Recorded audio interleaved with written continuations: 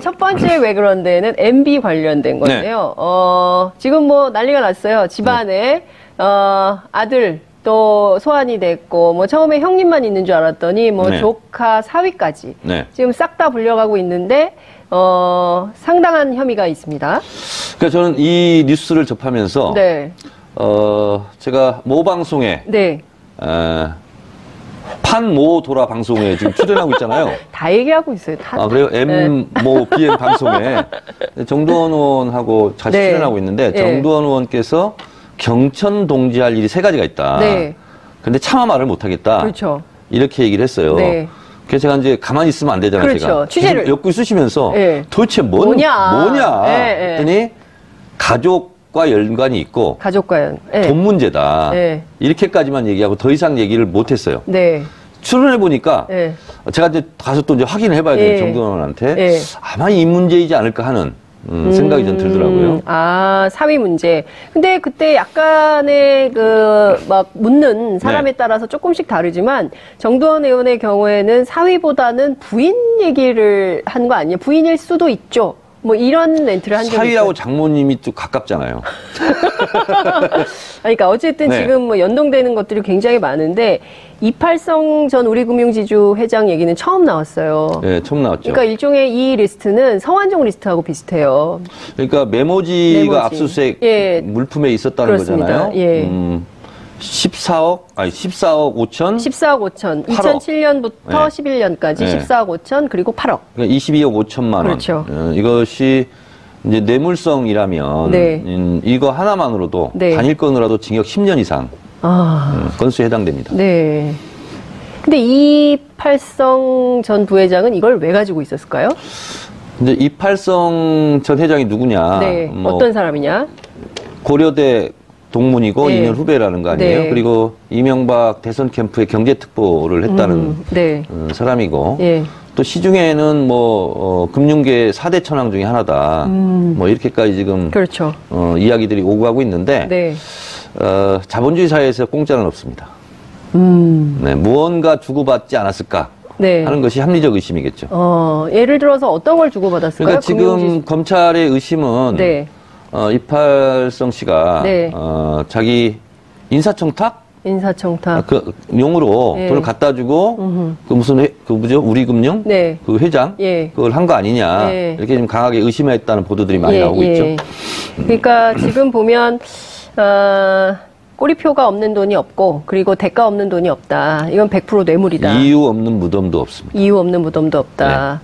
그러니까 지금 그 얘기는 성완종 회장 얘기하시는 거죠? 그러니까 세상에 원인 없이 결과 없잖아요.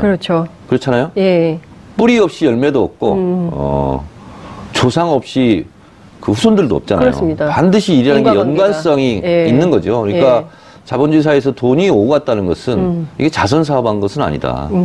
그래서 그 이상은 저도 잘 모르겠어요. 추론만 할 뿐인데 어찌됐든 이명박 전 대통령에 대해서 삼성 다스 소송비 대납 이라든가 지금 이팔성 씨 관련 이런 부분을 수사 막바지에 지금 어떻게 보면 터뜨리고 있는 거잖아요.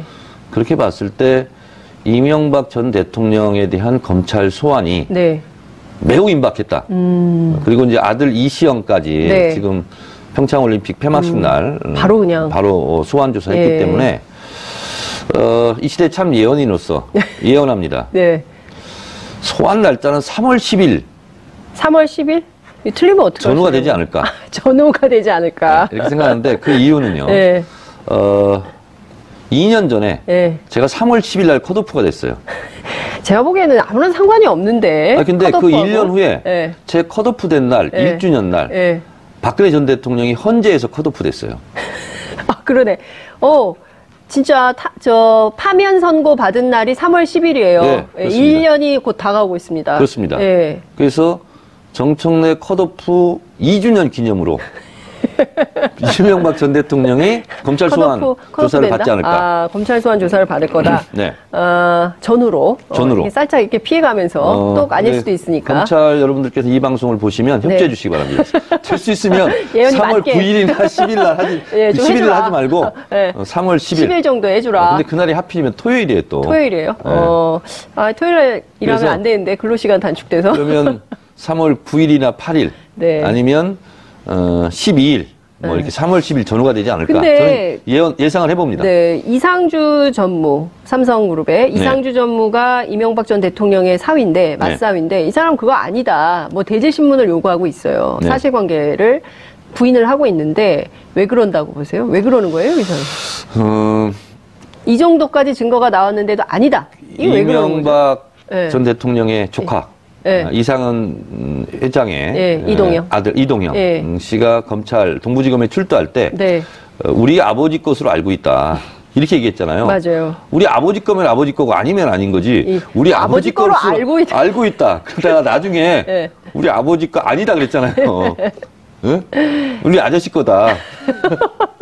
이렇게 얘기를 했잖아요. 그래서 이런 검찰 조사, 수사 과정 속에 처음 하는 말은 다 믿을 수는 없지 않나. 네, 그렇군요. 이분도 말이 바뀔 거다. 앞으로 조사 과정에서 말이 바뀔 수 있다. 지금 이명박 사건과 관련해서 유독 자신의 진술을 번복하는 사례가 상당히 많습니다. 그래요, 맞아요. 김백준 씨도 그랬죠. 뭐 여러 사람이 다 그랬잖아요. 맞아요. 들어가면서 쓰고, 다시 다 바꾸고 그때는 거짓말이었다. 10년 전에는 그렇게 하고 있죠. 그래서 이명박 대통령도 믿을 사람이 못 되고 주변 사람들도 사실 이명박 전 대통령의 입장을 보면 믿을 사람들이 못 되잖아요. 그게 지금 측근들의 반란이에요. 네, 그러니까 지금 보면 계속 조여오는 거죠. 그러니까 가족들까지 다 조여오고 있기 때문에 그렇게 조이는 걸 보고 옥죄어 온다 이렇게 얘기해요. 옥죄어 온다. 이상득 얘기도 나왔습니다. SD에게 8억. 그러니까 이게 나눠서 전달을 하라는 취지였다는데요. 그렇다면 형님도 같이 검찰 포토라인에 서야 될까요? 뭐 지금 검찰은 누구를 봐주고 이런 상황은 아니지 않습니까? 그렇게 봤을 때 걸리는 족족 수사하고 뭐 포토라인에 세우지 않을까 그렇게 생각합니다. 이재화 변호사에 따르면 검찰은 바퀴벌레가 나오면 잡지 않을 수는 없다. 바퀴벌레가 너무 많이 나왔기 때문에 안 잡고는 못 빼긴다. 그렇습니다. 나오는 족족. 그렇지만 여기서는 알까지 박멸해야 된다. 지금 보니까 나오는 바퀴벌레를 다 잡는데 그것을 뭐 이렇게 두들겨서 잡으면 도망가는 것도 있잖아요. 그럴 때는 F킬러가 최고입니다. 뿌려서. 일망타진이라고 해요. 일망타진. 근데 그 특활비를 관저로 배달했던 사건 있잖아요. 그러면 김윤옥 여사도 굉장히 중요한 이 사건의 복판에 있는 거 아닐까요? 그러니까 김윤옥 여사, 김윤옥 여사의 제2부속실 A 행정관이 이제 시인했지 않습니까? 그렇죠. 그렇기 때문에 지금 온 가족이 지금 다 조사받는 상황으로 갈 것 같아요. 그럼 온 가족이 다 조사를 받으면 어떻게 되는 건가요? 이럴 때는? 법적으로 그렇게 나와 있는 건 아닌데 대체적으로 온 가족이 조사를 받으면 대표 선수 하나가 구속되죠. 그 사람은 누가 될까요?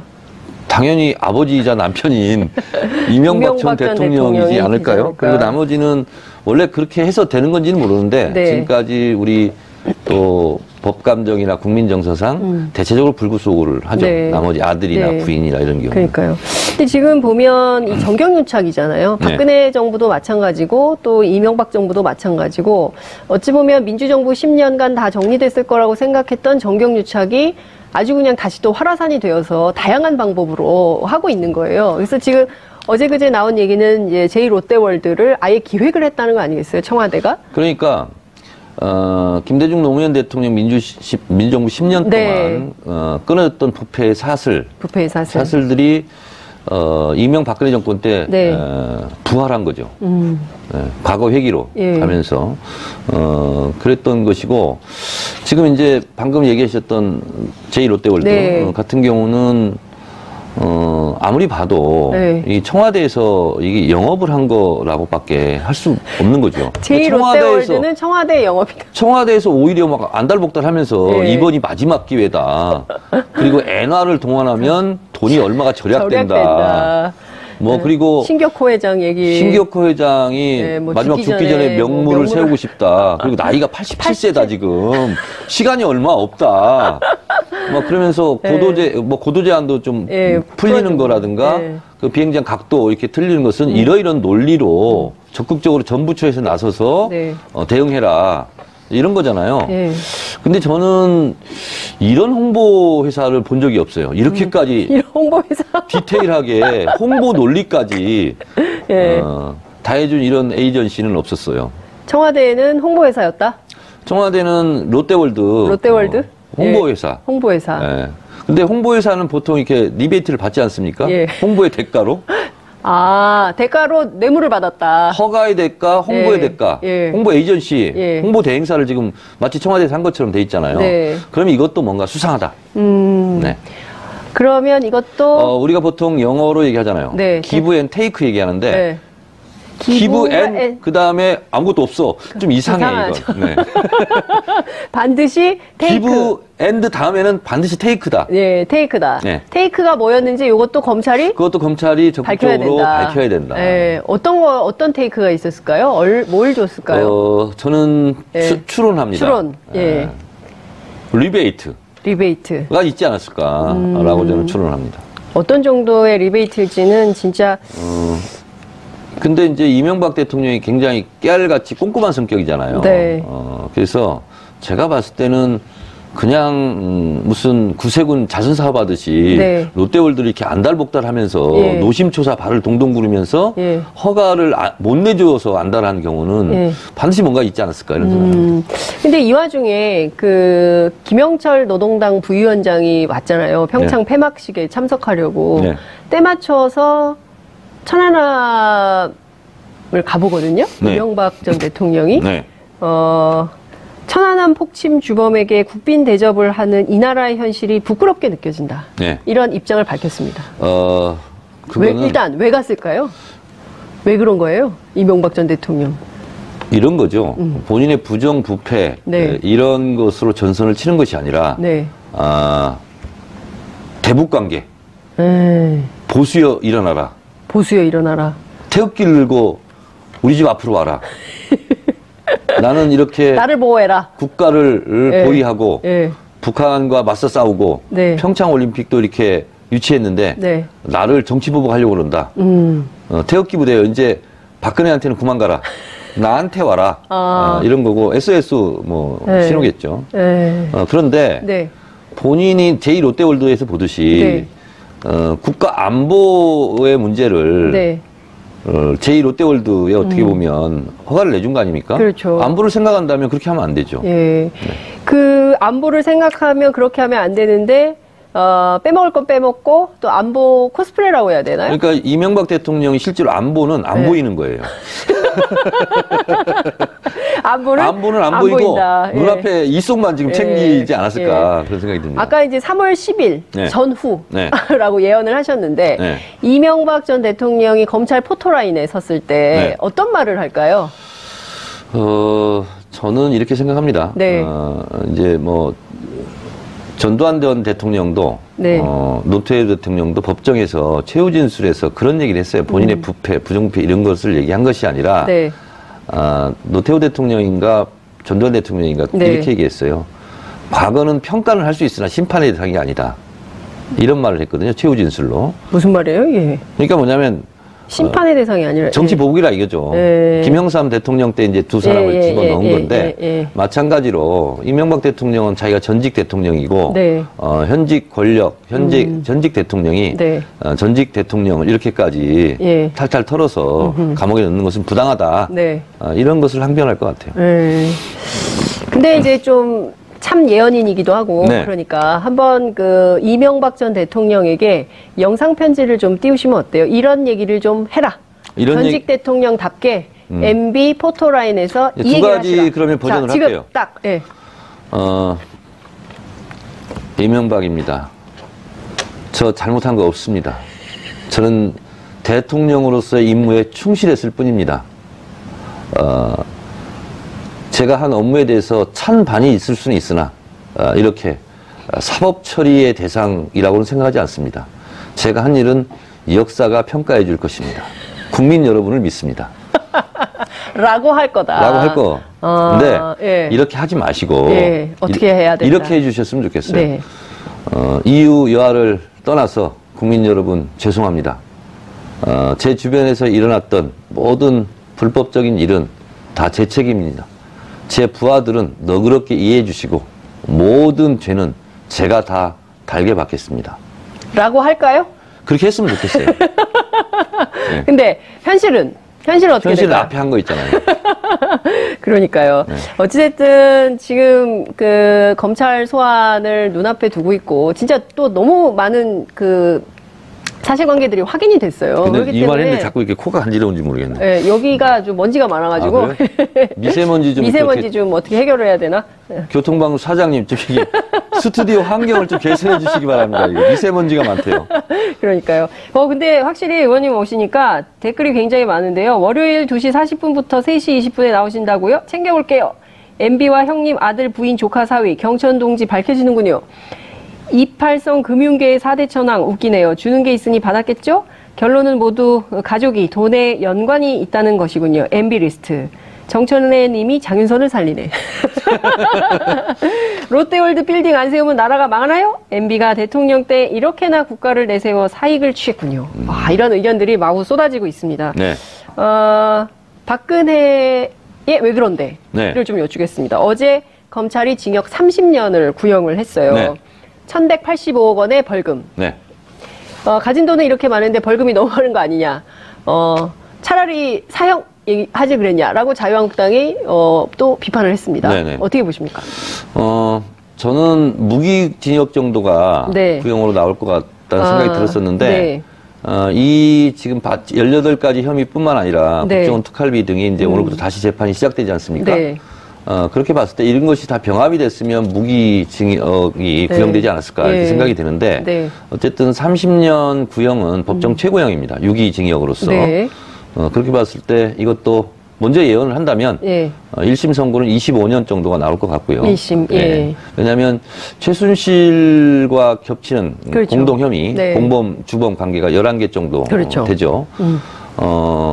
그래서 저는 25년 정도 대통령으로서의 책임 네. 또 그리고 어쨌든 박근혜 전 대통령의 주범이 성격이 있지 않습니까? 네. 나머지는 사실 다 종범이에요. 안종범도 종범이고 김종도 종범이고 그렇죠.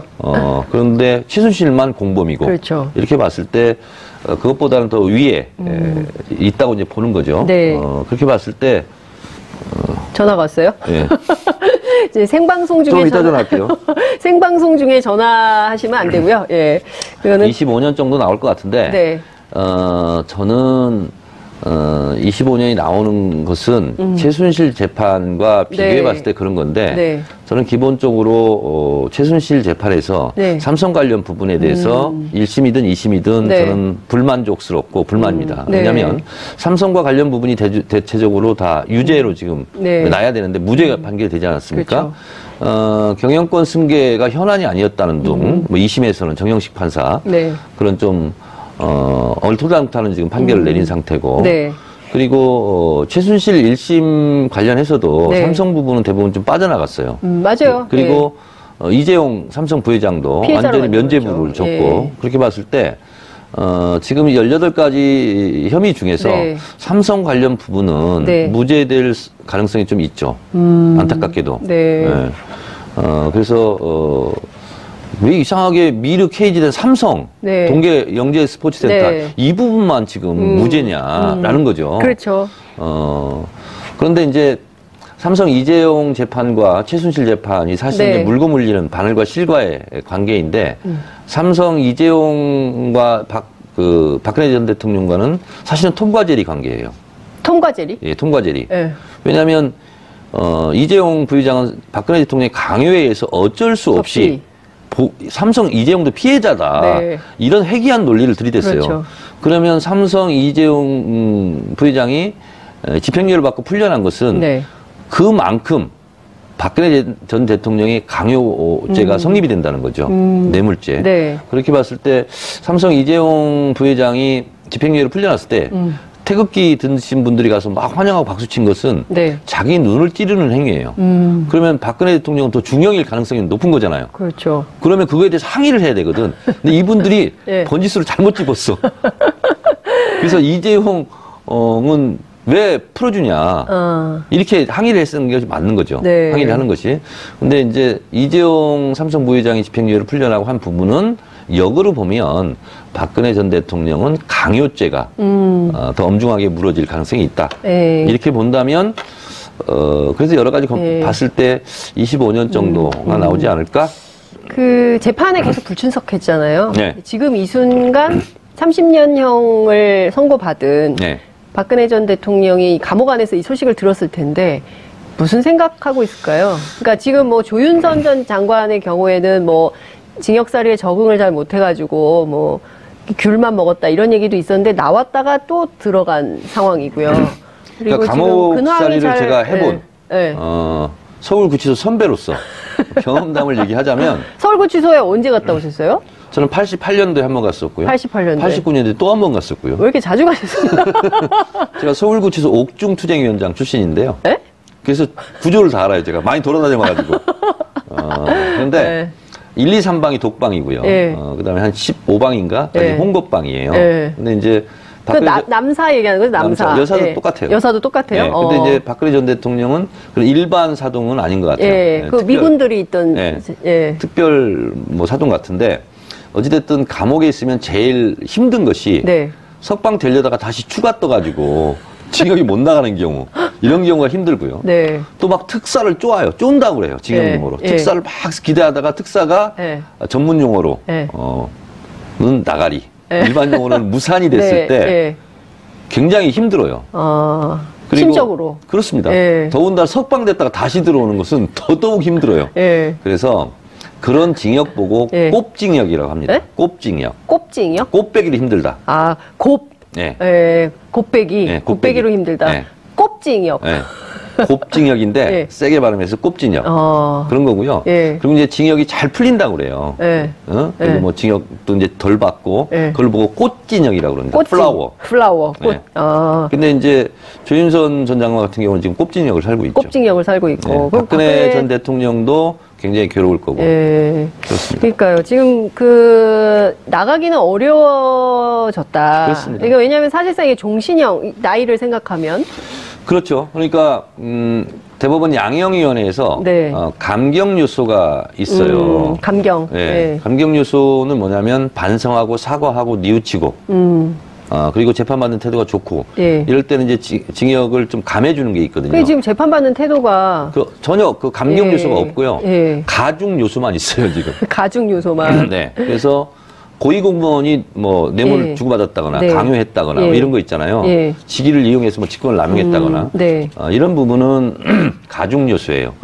그래서 박근혜 전 대통령은 지금 재판부에서 봐줄래야 봐줄 수 있는 조건이 안 돼요, 지금. 그러니까 지금 상황에서 보면 박근혜 전 대통령 같은 경우에는 25년 정도 나올 거다. 네. 그런데 이제 국정원 특활비는 따로 지금 분리해서 재판을 받고 있잖아요. 네. 그럼 얹어지는 거죠. 아, 그러면 그게 합쳐져서. 그렇습니다. 합산하면 또 30년이 넘을 수 있습니다. 이제 국정원 특활비 같은 경우도 이제 뇌물이잖아요. 그럼 뇌물로 인정을 받으면 최하 10년이거든요. 그러면 25년 받고 10년 받으면 35년이죠. 그러면 유기징역이 30년이잖아요. 네. 그러면 합산하면 무기가 될 가능성도 있죠. 그렇군요. 근데 그 벌써 그런 얘기가 나오더라고요. 뭐 사면. 사면 얘기는 안 하는 게 좋습니다. 네, 일각에서 그런 얘기 하던데 네. 물론 전두환 노태우 대통령도 김영삼 대통령 재임 시절에 구속됐다가 2년 후에 사면 됐어요. 그러니까 전두환 대통령은 1심 때 사형받고 2심에서 무기 이렇게 받았고요. 그리고 노태우 대통령은 1심에 22년 6개월 그리고 2심에서 17년. 너 이런 거 왜 다 기억해야 되지? 너무 절절하니까 그때 그랬다가 대법원 확정 판결 받고 2년 후에 사면이 됐어요. 근데 저는 그때 더 오래 살렸어야 된다. 그러니까 이제 벌써 전두환 노태우 대통령도 2년 살고 사면 받지 않았느냐. 그러니까 지금 대법원에서 확정 판결도 안 받는데 지금 너무나 빨리 사면 얘기가 오가는 것은 적당하지 않다. 적절하지 않다. 그러니까 지금 어쨌든 뭐 막 그런 얘기가 지금 계속 나오는 이유는 이제 전례가 있기 때문에 그런 얘기를 하는 건데 앞에 말씀하신 대로 전두환의 경우에도 너무 일찍 풀어줬다. 그래서 계속 지금 제대로 된 과거청산이 안 되는 이유 중에 하나잖아요. 5.18 책임을 갖고 있지만 아직도 그 최초 발포 명령자가 누군지 확인을 못하고 그렇습니다. 있고 예. 5.18 특별법 국회에서 통과시켜야 되는데 지금 이게 또 안 되고 있지 않습니까? 네. 임시회에서. 그래서 이 대한민국 헌법에 모든 국민은 법 앞에 평등하다고 돼 있잖아요. 맞아요. 그러면 감옥살이도 평등하게 해야죠. 누구는 풀어주고 누구는 안 풀어주고 그런 게 어디 있어요. 그래서 지금 사면 얘기 나오는 것은 왜 부당한가를 제가 더 자세하게 얘기할 수 있는데 오히려 이 자체가 안 좋은 것 같아요. 네, 아예 뭐 몇몇 보수 언론에서 이런 얘기를 하고 있긴 하지만 이 자체를 논쟁의 대상으로 삼는 것 자체가 안 좋다. 그렇습니다. 징역은 징역대로 책임을 져야 된다. 그리고 더군다나 대법원 확정 판결 이전에 이런 얘기 하는 것은 말이 안 되는 일이다. 예. 대법원 확정 판결은 얼마나 나올까요? 지금 이제 1심에서는 그렇게 받게 되겠지만 25년 정도. 계속 감형이 좀 되잖아요. 그렇죠. 2심 가면 아무래도 좀 깎이고 그러는데 계속 깎이잖아요. 3심까지 저는 가면. 그런 전례를 깨고 올려치기 될 수도 있어요. 올려치기? 네. 왜냐하면 이재용 삼성 부회장 같은 경우도 대법원 가서 전원 합의체로 가면 뒤집혀질 가능성이 있어요. 2심 재판이 워낙 지금 말이 안 되는 거기 때문에. 그래서 2년 6개월에 뭐 집행유예 받았잖아요. 근데 그것이 대법원에 가서 유죄 추정, 무죄 받았던 것이 유죄 추정 원칙으로 다시 항소심 재판부로 다시 날아갈 수도 있죠. 그렇군요. 원세훈이 그랬잖아요. 맞아요. 그래서 원세훈 꼴 날 수도 있어요, 이제요.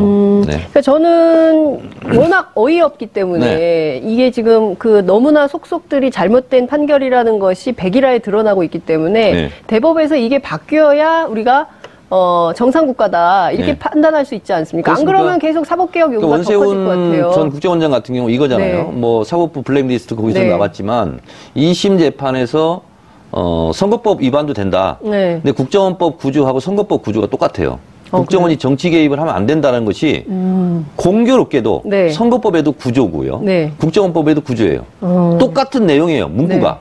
법 조항이. 근데 국정원법 위반인데 선거법 위반은 아니다. 이게 1심이었잖아요. 그렇죠. 그걸 2심에서 뒤집었어요. 맞아요. 그래서 법정 구속을 시켰어요. 그랬더니 지금 뭐 청와대 이런 데서 움직여서 법원 전원합의체로 가서 다시 불가항력적으로 못 돌리게 2심으로 내려보냈는데 그리고 나서 국정농단 사태가 터지면서 다시 올려치기를 당한 거예요. 그러니까요. 근데 그래서 삼성 이재용 부회장 같은 경우도 원세훈 전 국정원장처럼 혹 때려다가 혹을 하나 더 붙일 수도 있는 이런 상황이 올 수도 있겠다. 아니 근데 국민들이 보기에는 너무나 이게 명약 관화한 것이 사실 굉장히 오래된 거거든요. 3대 세습은. 자, 그런데 이제 이재용 부회장이 이게 만약에 대법원 전원 합의체에서 무죄 받았던 부분이 유죄 추정으로 다시 돌아와서 항소심에서는 그러면 유죄를 때릴 수밖에 없어요. 그게 다시 대법원 올라가서 확정이 되잖아요. 그러면 그것이 박근혜 최순실 재판까지 영향을 받는 거죠. 그렇잖아요. 그렇겠죠. 그럴 수밖에 주고받은 없어요. 그래서 이 지금 뇌물은? 박근혜 최순실 이재용 이 삼각관계 이 물고 물리는 이 관계는 모든 게 다 끝나봐야 합니다. 세 명이 다 대법원 확정 판결이 나야 끝난 게 끝난 거다. 근데 이제 우리가 촛불혁명 때 적폐청산을 굉장히 중요하게 주장을 했는데 그 중에 핵심 중에 핵심이 바로 재벌개혁이거든요. 재벌도 공범이다 이 얘기를 굉장히 많이 했었어요. 그런데 이번 법원의 판결을 보면 재벌은 역시 특권층이구나. 유전무죄, 무전유죄가 통하는구나. 이런 생각을 국민이 할 수밖에 없게 만들었다는 거죠. 그렇습니다. 특히 삼성. 이거를 뒤집지 않으면 뭐가 바뀌었냐.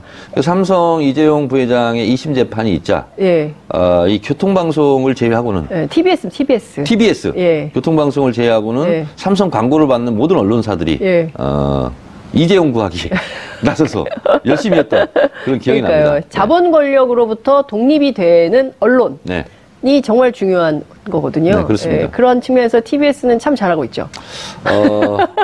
할 말을 하는 재벌의 TBS 티나게 비유티풀 비유티풀 S 센스 굿. 제가 보기에는 지금 안 되는 걸 억지로 하려니까 힘드시는 것 같아요. 예. 야, 근데 댓글이 진짜 많이 들어오네요. 센스 만점 청래. 근데 댓글이 왜 글리 들어와요? 아, 왜냐면 저희가 이게 창을 못 받아서 지금 컴퓨터가 띄워놓을 수가 없잖아요. 그래서 휴대폰으로 실시간으로 저희가 작가들이 보내주는 거를 제가 이걸 휴대폰으로 확인을 하면서 보고 있는 건데요. 근데 댓글이 그렇게 많이 들어오지는 않네요. 아니, 뭐 더 많이 와야 되나요? 네. 어쨌든 GH는 자신의 재판에도 안 나오고 정말 뉘우치는 자세가 없는 듯 합니다. 그러나 GH는 사면되길 바라고 있는 것 같습니다. 사면은 절대 안 됩니다. 이런 얘기가 있고요. 전두환 노태우 사면 어이없어요. GH, MB는 절대 사면하면 안 돼요. 뭐 이런 얘기가 나오고 있습니다. 재판 안 받고 사법부와 국민을 아주 우습게 여기는 듯합니다. 이런 비판도 들어오고 있습니다. 사면은 돈으로 사면 안 돼요. 권력으로 사면 안 돼요. 그렇습니다. 사면은 안 된다. 네.